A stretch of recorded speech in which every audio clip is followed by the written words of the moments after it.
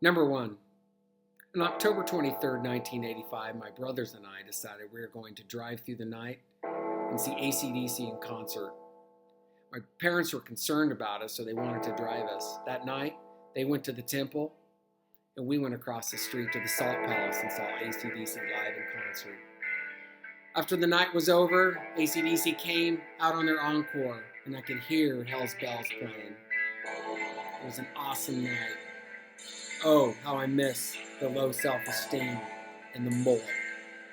Number two, I think the Toyota Prius is a good car. It's good on gas. But for some reason, I want to call it the Toyota Vagina. Number three, after living in Utah, you start to realize that it has its own specialty stores. But there was one store that I walked by in the mall that I've always found the name funny. Taiwan On.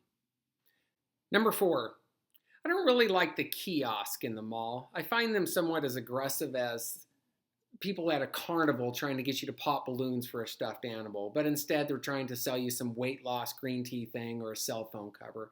But there is one kiosk I love to be approached by, and that is Living Scriptures. And I love to say, I'm sorry, but I'm an atheist.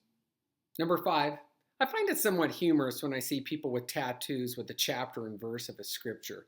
Do people really go back and look this stuff up like it's some sort of scavenger hunt? Number six, I get sick and tired of the hot and cold room temperature fights that take place amongst humans. If you think the room is too cold, cranking it up to 90 doesn't get the room hotter quicker. It just eventually gets really, really hot.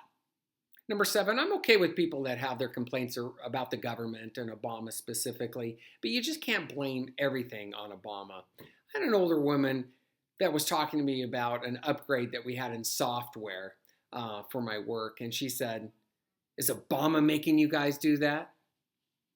No, that would be the company. Number eight, I think both political parties do not like freeloaders. I think when the free market is left unregulated, it causes freeloading. When we allow companies to get bigger and bigger and mergers start, they really do a good job on sifting money to the top and paying a minimal wage to their employees. So people sometimes, when they lose their job and they're out looking, they start to take things into consideration. Should I go out and make a minimal wage? Or should I just collect welfare and food stamps and subsidized housing and have my needs met? Number nine, when you forget what you're going to say in a conversation, it probably means you were listening. Number 10, I would like to end with a quote. Don't believe everything you think. Peace.